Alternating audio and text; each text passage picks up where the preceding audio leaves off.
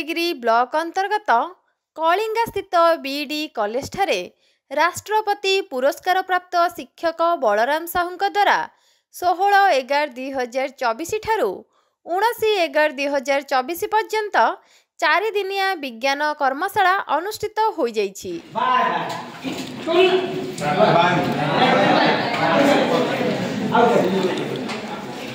विज्ञान को देखे रानी पढ़े गुड़ाक ये गोटे कंधे ना केते कंधे विज्ञान को पढ़े ये गोटे कंधे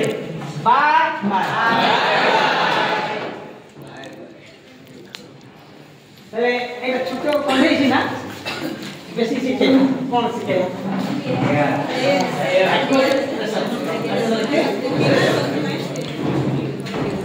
देखो केमिति केमिति भलारे एटा गोटे कंधेटा केमिति तयार हे किछि लाइ गोटे बोतल मोहरे ओइला भर्ती करथिबो हैला तापरे आपु जदी बुड़े देबी पानीटा ऊपर आसला एई जे जो थिला एटा कहला देखो ए बिया ठीक नै एटा ऊपर आसला एवं समस्त पिलान को बाद है वेलकम करते राजी को बोला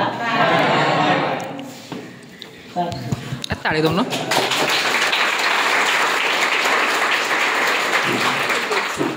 राष्ट्रपति पुरस्कार प्राप्त शिक्षक श्रीजुक्त साहू बिना पारिश्रमिक निजर विज्ञान उपकरण मान नहीं कलिंगा बीडी कॉलेज प्रथम वर्षर छात्र छात्री मानू फन एंड लर्न मेथड रे विज्ञान उपकरण व्यवहार करी शिक्षा प्रदान करिथिबा देखिबाकू मिलिछि।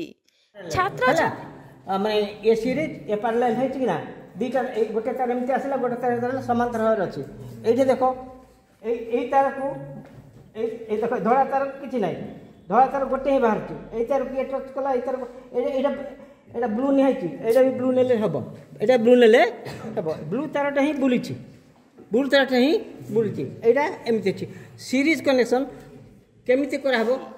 छात्र छात्री माने उक्त विज्ञान कर्मशाला रे उपस्थित रही आग्रहर सहित विज्ञान विषय जानिबाकू चाहूथिले। अवसर परे भी श्रीजुक्त साहू विभिन्न विद्यालय मानकू जाई मागणारे शिक्षादान करुथिबारु स्थानीय अंचलर लोक माने तांकू भूयसी प्रशंसा करुथिबा जानिबाकू मिलिछि।